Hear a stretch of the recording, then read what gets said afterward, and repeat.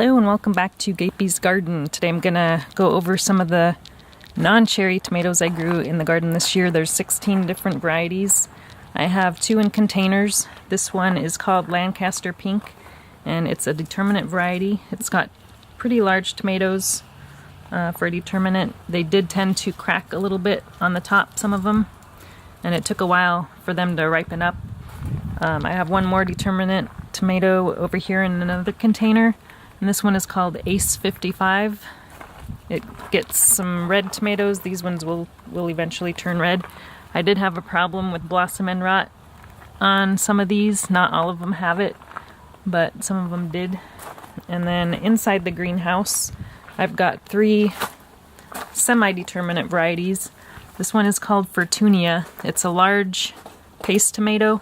You can see one down in there that's ripe, but it gets pretty large, kind of pear-shaped tomatoes, and it also had a little bit of a problem with blossom end rot. Here's some more here that are not quite ripe. So this one is good. It doesn't have the blossom end rot. And then I've got one over here. This one is called Greek Pinks. This is the last one that took to ripen, and these are the biggest tomatoes also. So I haven't actually picked one yet, but this will be the first one that I'll pick. It's a semi-determinate variety, and there's also some smaller ones here, but these do get pretty large. And then this one over here, this is the last tomato in the greenhouse. This one's called Sweet Tangerine, and it's my only hybrid tomato this year. It gets some beautiful orange tomatoes, and it's also another semi-determinate. It's got tons of tomatoes, and they're all different sizes. I've picked several off of here already, and I found some droppings of something on the leaves. I'm not sure what it is. They're not big enough to be a tomato hornworm, so I'm not sure what that is. I haven't figured out what's been doing that, but it hasn't caused too much damage. I have some more larger sized tomatoes in my raised bed, and I'm using the Texas tomato cages to hold them up. So first we have Azoychka.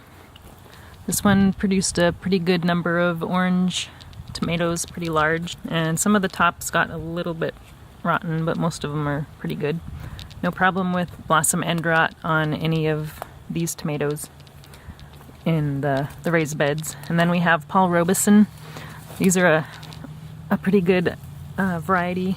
Lots of tomatoes, and they got pretty large, and I really like the taste of these too. And then we also have chocolate stripes. These are a really pretty variety. They did get some cracking on the top, but they've got like some greenish striping in it, kind of tiger stripes. There's some here that kind of bent over onto the ground, but I have a shade cloth or a weed cloth here on the bottom, so that to help minimize any diseases coming up from the soil. So that's helped a lot over the years. And then we have Goose Creek. This is a really tasty tomato. I got the seeds from Saved Tomato Seeds last year that I got from an heirloom tomato festival in Seattle. So these are really one of my favorite tasting ones. So this one here is called Black Krim.